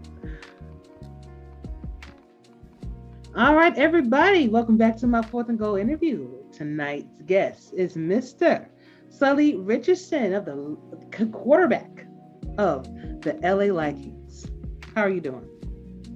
I'm just hanging like wet clothes, like I usually say, man. So I'm doing all right. How about yourself? I'm doing good, man. It's good to see you again. Good to see you as well. Last time I actually saw you was at the convention in Atlanta. Mm-hmm. And it was good, man. It was good. Yeah, it was a fun time, man. We had real good fun. Yeah, it was. Next time you got to come to the next one, man. It was the last one was dope in Houston. Yeah, I wish I was there, man. I seen Mike Green was like throwing down, and I was like, dang, man. My mouth was watering. I was like, dang, I wish I could have partook in some of those morsels or whatnot, but maybe next time. You definitely will. Man. So what's been up with you, man? How you been, like, overall, as far as player wise? Because I saw you kind of struggling there, buddy. Start the season off. Yeah, it's like I said, like on my which I'm going to try to do some more podcasts, but like I said on see, my own podcast is slipping my goddamn mind. God dang it. Oh, Rise of the Lycans podcast, excuse me. Like when I said on there, like I said on Eddie's Say It With Your Chest last week, I was like, it was called Can We Talk? That's the last episode. And so it was frustrating because, we had planned on putting together a good game plan against Charleston because we lost against them in season 17 in the wild card matchup. And so it was good to beat them. Then I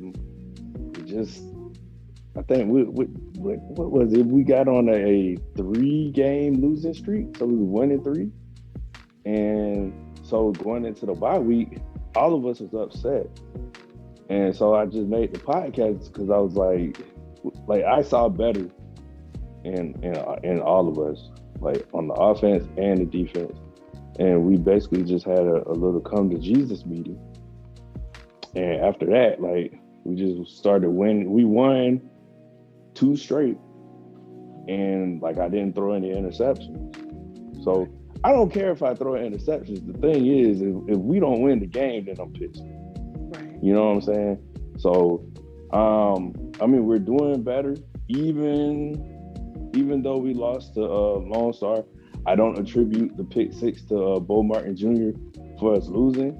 It's just, some weird stuff like not accepting a penalty, or Rob Ems, which he's a real dynamite kicker, but choosing to punt instead of kicking when we knew he could have made those 2 kicks. So just things like that. But it's getting better. Like, I'm not holding my head down. And you should. Everything is a learning curve. When we added the new players, when we expanded the rosters, you had to make sure all of those players mesh together with your system.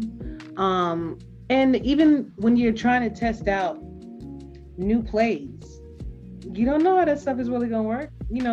Clearly, when you're in practice, you see you winning the games, right? But then when you put it all together, oh, no, I didn't see that. I didn't take that into account. So I get it, It was, like with us, it was the total opposite.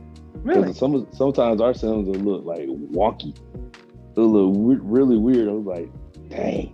Like, okay, let me tell you, because I was at the night that we played against Jacksonville, I went to the concert that had Jodeci, Charlie Wilson, and New Edition. And yeah, and so like I was like, all right, let me see how this Jacksonville game is going. And man, the whole time, because I'm looking at Bobby Brown, Bobby, and then I'm looking at the game, yeah. So like, the Sims, it didn't look like that, and that's just, I think that any team has experienced that, where maybe the Sims look really good and then you play bad, and vice versa.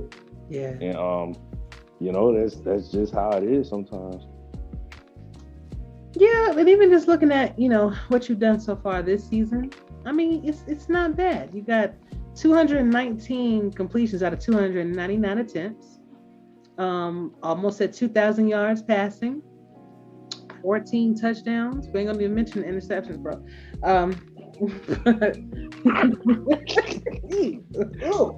You looking like me over there, bro. Hey, man. Look. But listen, no, I get it, because we like to throw. That's the thing. Like, quarterbacks like me, you, Johnny Pickler, we all like to throw the ball. So the probability of us getting those interceptions are going to be a lot higher versus teams that utilize their running backs and their fullbacks a little bit more. Yeah, and that's the thing. Like, you know, shout out to Ryan Yosu, because that's my OC. And like we talk about it weekly, man. How do we get Robert Johnson to run the ball more? You know what I'm saying? I know that I'm pretty sure that that Eddie tries to do that with y'all running back as well. It's just hit and miss. Yeah. Like, you know, it's however certain people or certain teams know how to finesse the playbook to where you can get the running back to run. And like, then again, like certain teams, if you try to take out one playbook, then all hell breaks loose. Or if you try to take out one play, or add one play, all hell breaks loose. So it's just 50-50, man. Like, you know, it's beyond your control when game day comes. All we can do is just do our best, turn in the playbook, and let the chips fall where they may.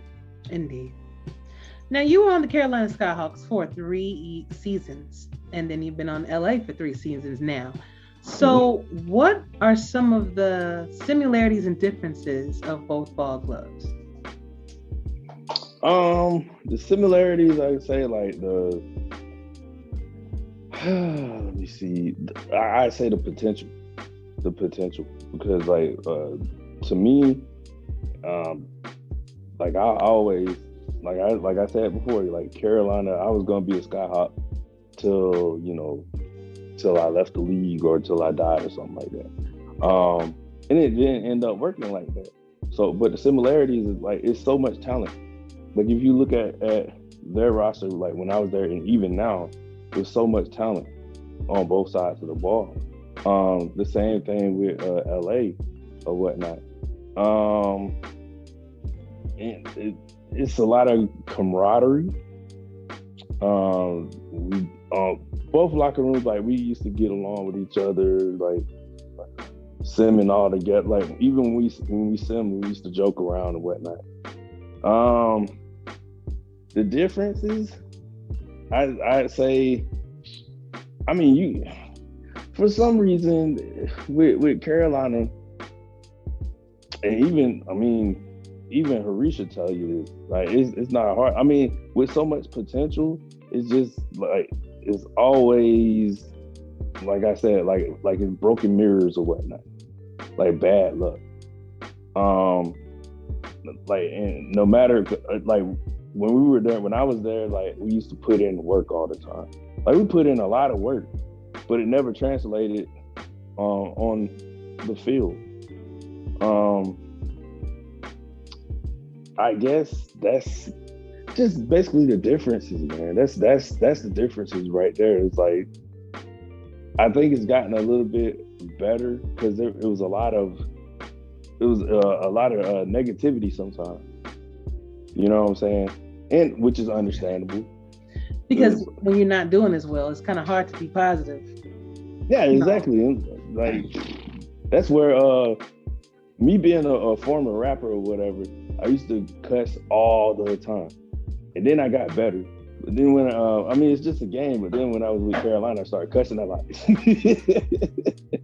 You know what I'm saying? So like, and I still do every once in a while, Lord forgive me, you know what I'm saying? But like I like to, and this is my prediction, I believe with the type of people that Carolina has, like they're gonna break through. It's only a matter of time and whatnot. They're gonna break through. I was scared as hell when we played them. Like me and Rochelle, like we was all scared because like because it's always that potential. You saw how the game started, man. 2 kickoff returns. Come on, man. So like I was sweating, but you know that's still my guys. I love them, man. So. I imagine it'll be a friendly rivalry because, you know, you were a cornerstone of that team too, you know, so, and the people that were retained, you know, they loved you, and then they love you and Ray, and, you know, you guys helped make that team. So I definitely understand that, but. Yeah. Oh yeah. I'm just curious as to what your thoughts are for LA to making sure they continue on their success. Because it is easy to kind of fall back into those same, I guess habits. Yeah. It's our goal was to have like a tight knit locker room, and I like to say shout out to, because you know them, I know SFL Nation, the wrestling sim, like shout out to them, shout out to Justice Blackwell and all the Blackwells, Ace Blackwell, everybody, doggone Tazzy, like all of them. To be honest, and I'm pretty sure you said it in past podcasts, but if not, then let me just say, man, SFL Nation helped with the SFLM a lot, because there was so many Blackwells, so many freaking Blackwells in the SFLM. I was like, man, what's going on? So just finding out about SFL Nation and being over there, you could tell it's like a family oriented place.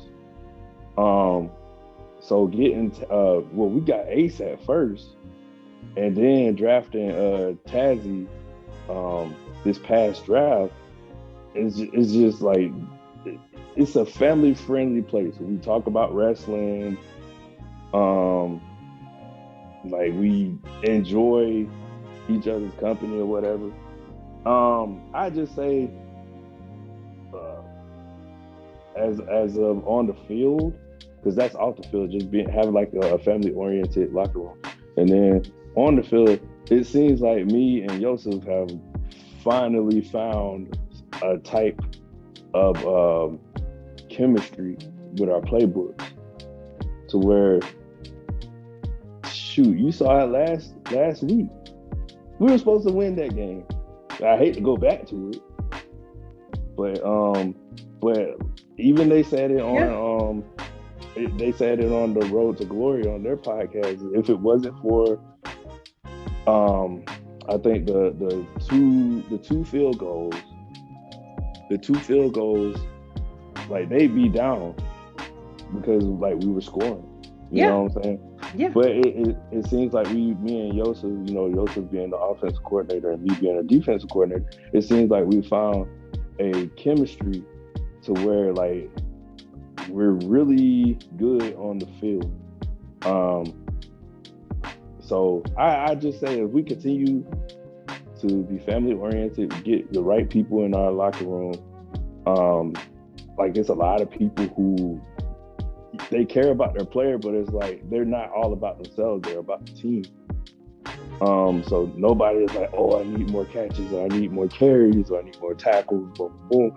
Like they're willing to they give their opinions, but they're willing to they're like, whatever is best for the team. Mm-hmm. That's what we're willing to do. I think that's just for any organization. Just listen to your players, but also get some people in there that's not selfish. Which is the key, because football is a team sport. There's no way you can go out there and shine all day, but if your boys ain't catching the passes, what does that mean? Or if your old lineman is not protecting for you, you get knocked on your butt. So you literally all have to work together to make it work. And I wish y'all the best of luck. I really do. I wonder what is next for Sully Richardson though. Do you want to do you are doing your podcast, right? So do you want to go get into broadcasting? Do you want to get into something more than what you have been doing? You're coaching.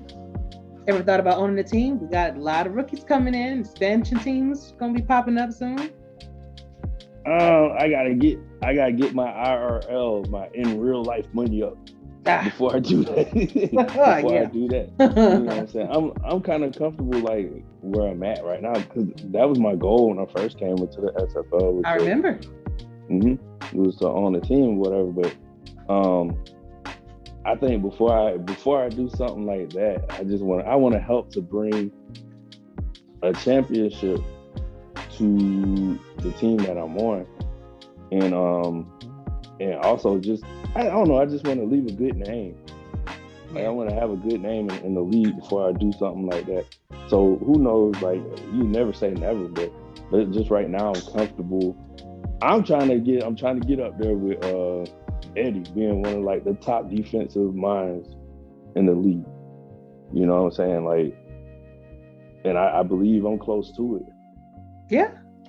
When I've often mentioned this on the show that when you guys do show those glimpses of brilliance, you know, even being able to properly place people where they need to be to make those plays.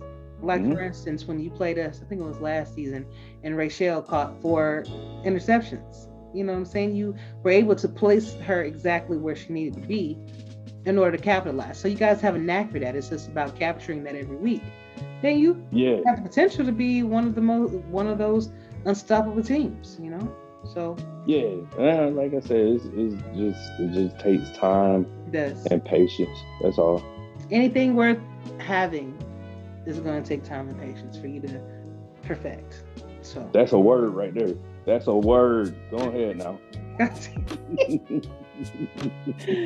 Oh man. So what is some advice that you have for some of these rookies that are coming in? We got about 80 people in here right now, you know, and it's growing every day. Be careful who you associate with. It's like I tell my daughter all the time, everybody ain't your friend. Indeed. You know? So like you have a whole bunch of associates and you have people you're gonna be able to tell who's real and who's not. Don't be like King Brow. Don't be like King Brow. Don't try to put yourself in the dark side of the SFL Hall of Fame because he'd be on top. Just like talk to owners, GMs, just try to learn everything that you can. I mean, the website, I used to look at the website. I used to listen to all your podcasts. Like every single podcast, like I was like, let me learn something. You know what I'm saying? So I listen to your podcast like every time and I learned like a whole gang of stuff about the league. Like doing that, looking at past videos on SFL YouTube page. Just anything that you can do to get your foot in the door, like statistics. You can be a beat writer for online or for the website. You can be a beat writer. I wouldn't be surprised if there are going to be like more SFL teams that's going to have their own websites. Yes. Like like Florida Storm, like us, Free Carolina. There's going to be a lot more people that's going to have websites, a lot more teams, so you can contribute. Be a beat writer. Be a beat writer for the league. You can ask if you can have a segment in somebody's podcast. Just anything to help. Just like Cliff. How Cliff, man. Cliff, he's a monster with the freaking graphics, man. With y'all graphics, and just doing anything that you can to get your foot in the door. Like that's what I say. Like just take advantage of it because eventually, like people love a person who can help, and that shows a lot of passion. So that's my biggest advice right there. Phenomenal. And my thing is, you're paying this subscription money, depending on what position you're in, you're paying pretty good penny. You want to get the most of what you're paying for. So why not try something that otherwise in life you may not get the chance to do, like broadcasting. For me, I don't think I'd be able to go out and just get with the Atlanta Falcons and broadcast a game, but I was able to do that here, or be able to contribute to the stats team for a game. No, probably not in real life, but here, yeah. And then you never know what doing things like this, like beat writing, like broadcasting, even doing podcasting can lead you down the line in the future. So why not? If you got a passion for it, or even if you just have a question about whether you should do it or not, just do it. Because you never know where it's going to lead, Yeah, and just for me to use, I wouldn't sell myself short because I can hear your voice ringing through Mercedes-Benz Stadium. directing traffic and whatnot. Like, like, don't sell yourself. You got a voice that can do that, or it can be a sideline reporter or whatnot. I can actually hear that. So, keep on shooting your shot, man. Appreciate it, man. I really do. No problem. I got a fun question for you though. Mm-hmm. What is one sport that is considered a sport currently, but that shouldn't be? Like, for me, it's curling. I don't get with the professional ice sweepers. I don't know, curling. I mean, curling. I like curling. Bro, curling to me is kind of like, no, listen, like, because you can have a beer in your hand and you can curl at the same time, just like playing horseshoes. I like Spice Adams. Like, he was showing like the video where old people, like, he threw the horseshoe and you heard clink, he heard a click, click, click. Like, that's stuff like that. Let me think. Bro, if you're trying to do that with a beer in your hand, you gonna fall on that ice. Hey, man. Hey, I have fun though. I'll be happy drunk curling. So I gotta see that one. Let me see. Oh, that's a hard one, man. Because you can't say anything. I don't know, man. Because it's a lot of stuff that, shoot, they said in the Olympics they're putting in b-boy, like breakdancing, and that's athletic right there. That's tough, man. Why? Because not if I the only thing I could do as a breakdancer, I could spin on the floor. I can spin on the floor. I used to try to be a breakdancer and spin on the floor and stuff like that. And I look like a plum fool. So, you gonna get down there and can't get back up. Yeah, I think I tried to bust a split one. I tried to bust a split one time and split my pants, so that ain't worked out. So you got me in a pickle right there because I don't know. Some people say pickleball. Some people say pickleball. Some people say well, I heard racing, but I got put in my place. What was the last show by A.J. Striker? He was like, "Oh no, let me tell you why." So man, I gotta agree with him on that one because I think I tried to, me and the old homeboy and his old girl, I tried to outrun somebody. They weren't racing, but I was trying to outrun them, and I think there wasn't a road between the Taco Bell and the Wendy's, so it was like blah, blah, blah. Boy, I almost died that night, so I don't know. I was talking about IndyCar racing. Hey, dude, man, any type of racing, shoot, nah, man. Like, and some people say soccer shouldn't be a sport, but that's blasphemous. Right. I love watching Atlanta United. I love watching Five stripes. Yeah, man. So you don't know, do you? I don't know because that's tough. That's tough because I don't know. It's all good. That's really tough. That could be your answer if you really don't know. I mean, you did take some time out to actually kind of think about it. And if maybe later on you think about it, you can just let me know. A little later on, like while I'm editing, I can just put what you actually said, at the end or whatever. But I get it, it's fine. Yeah, that's rough right there. That got me sweating right now. I don't even know. That's rough. All right. Well, then, should esports be considered a sport then? Yes, I think so. Just because it takes, like, if you're actually picking up the remote control or on the keyboard, because it's proven that it helps with hand-eye coordination. Okay. And that's like a lot of, so like a lot of kids, even I think, for example, they said when at the beginning of the pandemic, when NASCAR got canceled, iRacing started up, and it became like really big. And some of the people who were in iRacing, like, racing from home or wherever with their steering wheel and their gear shift and everything like that, some of those people are actually racing in NASCAR now. You know what I'm saying? So I mean, yeah. So I do consider esports. It's getting so big, man. You got NBA teams that have their individual esports teams, and I think I don't know if NFL teams have it, but you got different professional sports leagues that actually have esports leagues. Yes. Or teams. So you got people back in the day that I used to play in like Street Fighter. They probably, if they kept at it, they'd probably be like one of the top ones playing in these tournaments or whatever. So yeah, it takes you're getting a lot of money. You're making a lot of money depending on what you do. And I do believe, shoot, you got goddamn energy drink companies yes. sponsoring these cats. You know what I'm saying? So Cheap fuel, yeah. Absolutely. Yep. Yeah. A lot of them. Mm-hmm. So good stuff, man. Good stuff. But I am gonna put you on the hot seat a little bit. So okay.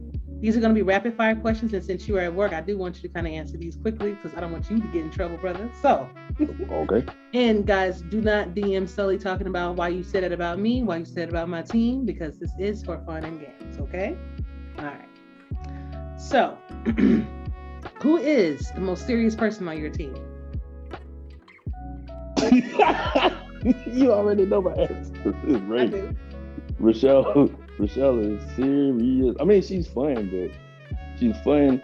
She got like a loving spirit or whatnot, but whew. She'll crack that whip.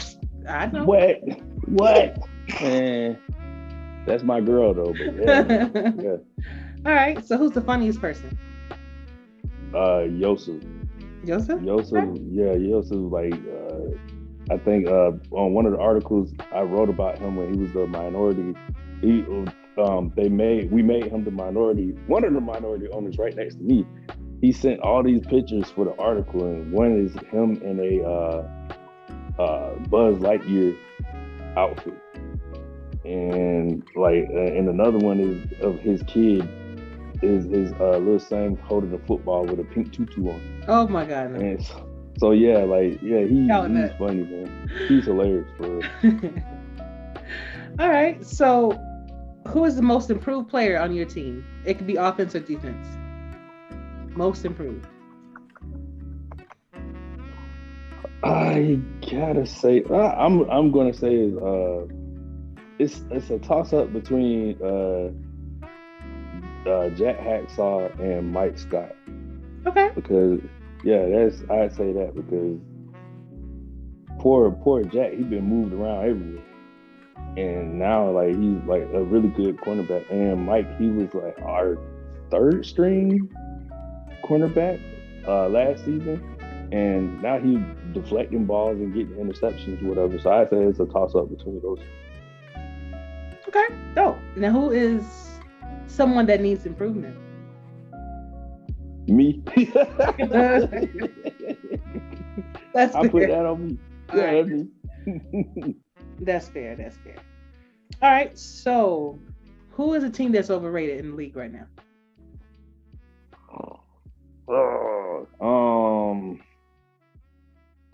I'd say if it was earlier on in the league, I'd say the Mavericks.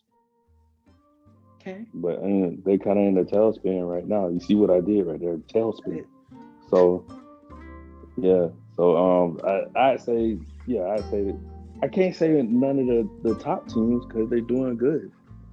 So I say the Mavericks. Okay. Overrated. Okay. So who's the underrated team then? I say your old team.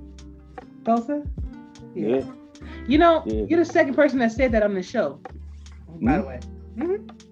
That's like, but you can tell because Dion, he was like, somebody said something earlier on, and he kind of had that attitude, like on training day when Denzel was like, okay, all right. He kind of had the attitude right there. So I was like, oh boy, there's something going on in Tulsa, and they proving it right now. Oh yeah, Dion quick to let you know he'll get heated. I had the honor and the pleasure of meeting him at the convention along with Espen too. That was the man dope.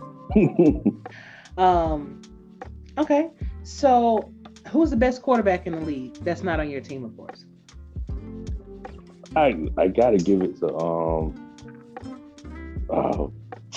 his name slips my mind, but the Baltimore quarterback. Jack Wigmore.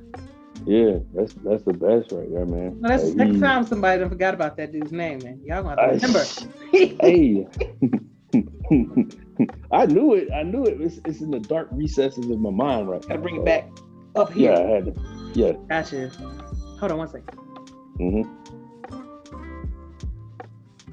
All right. So who is the best running back in the league then?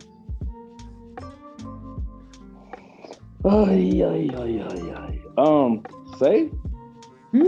I've been getting a lot of votes for Say. A lot of votes. So I get that. Yeah, Say is dominating. Who's the best tight end in the league? Boy.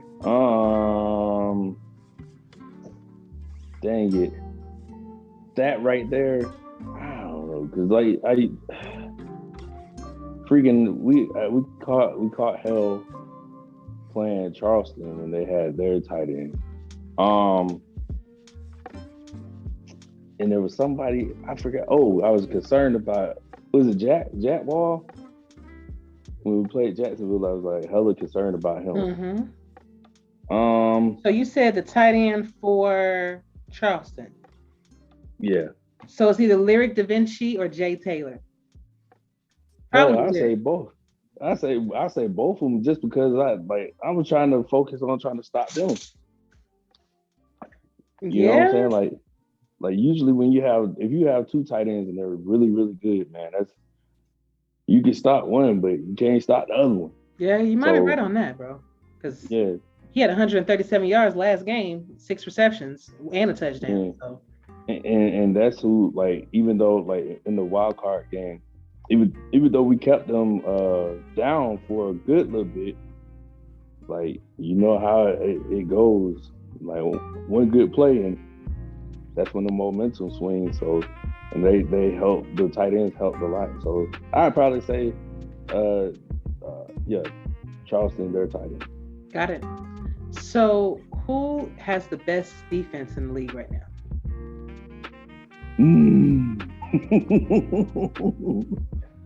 Dang. Any team.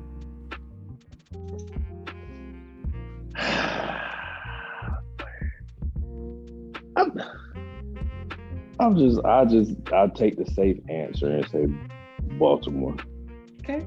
So that's the best offense then. Baltimore.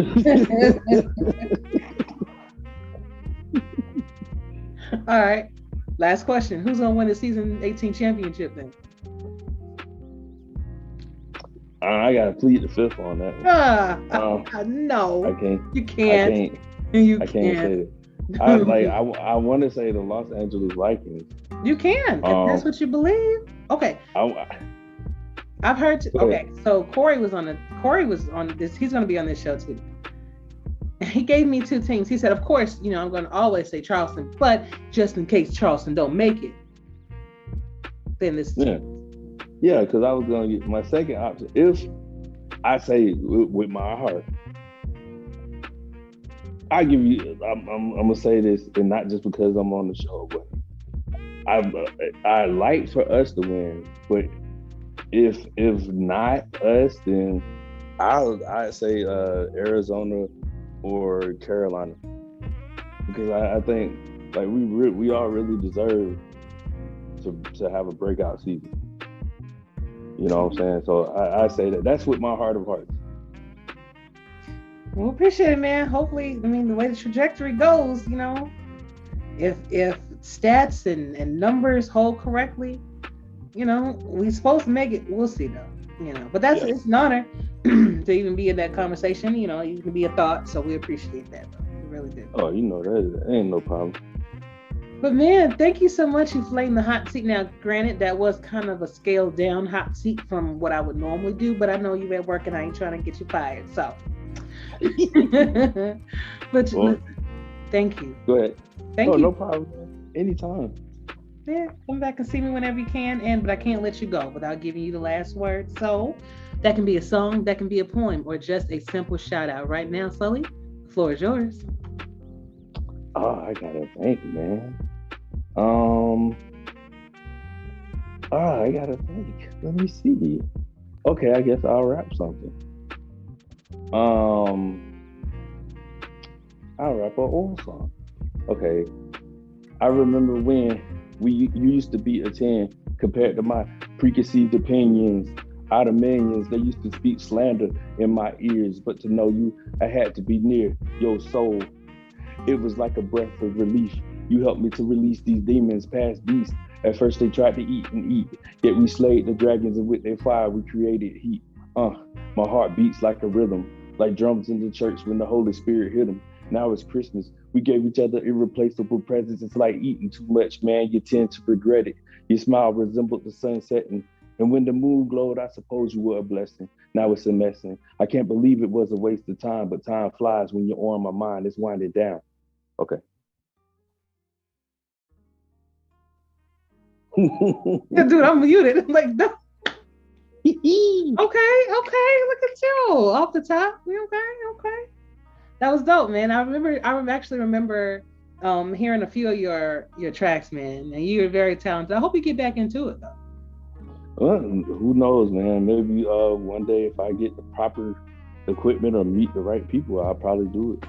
Indeed. I mean, keep networking. Apparently, you never know who you meet in the SFL. So there might be somebody to join and be able to take you to the next level, especially if they, realize the talent. So, hey, wish you the best, man. Wish you the best. Thank you.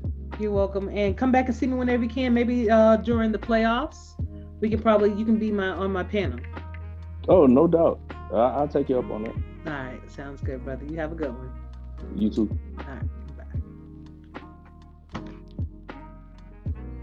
All right, everybody, and that is it.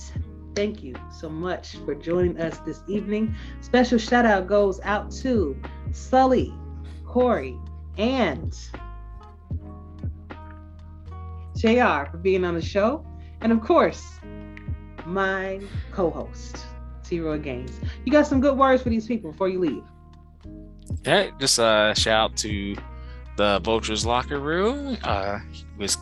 We got another hard one against Denver, and everybody got a hard one. I think everybody should know this by now. Whoever they face from the rest of the season, I'm talking about you guys, everybody, including us, it's going to be a tough one. It should not be easy. It's going to be one of the hardest games. It's going to be hard to get in the playoffs, hard to get the seeding that you like.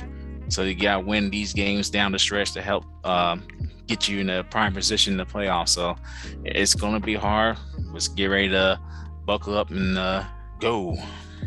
Indeed. Legend settings or the old settings? Which one? I really don't care. To be honest, I don't care. And part of me says that because, of course, of success in both. So, and I'm not the one who's game planning. That's the thing. I'm the GM. I'm the one who's trying to GM and president. I'm the one who's trying to, help, be the glue to everything, and be one of the leaders of the team. We got a bunch of leaders there, but trying to be one of the leaders is trying to set the example. That's all my job is, and my job is technically easier than what the coaching staff here in Baltimore has to do and what everybody else has to do themselves. So for me, as a person who's just have to watch the games, not the game plan, I really don't care either or. But ask the ones who actually have to do it and see how they feel about the legend settings in comparison to what we had before. Okay. I sure will. Yeah, because I can't really honestly answer that for you. I was just thinking about how the way your player performed, but you kind of actually answered that already. I mean, it really didn't phase you much. Yeah, that's like, well, my transition to fullback's getting better. I'm doing better. There's still room and improvement. However, I do see times where I'm missing blocks, and there's times where I need to carry the ball. I get stuff at the line of scrimmage, probably taking the wrong dang on hole like I normally do. So there's still room and improvement, but I'm happy that things are getting better as of this moment, but can't settle. So I'm not going to settle on that. But I got great supporting group. back in the DMV. I'm sure that everybody can say that for their own teams as well. But yeah, I got a great supporting group, so that makes things easier. Gotcha. Well, everybody, I'm looking forward to bringing you another great podcast next week. But until then, y'all, stay safe, treat each other well. T-Roy and Striker out.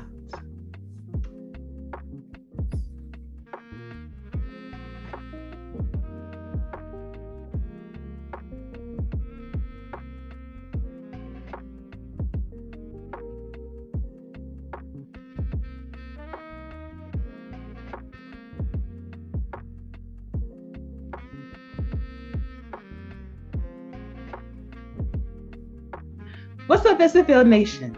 Welcome back to SFL Nights with A.J.Striker. Thank you so much for joining me today or tonight or whenever you decided to hit that play button or turn on that radio dial. Really appreciate it, y'all. Cut.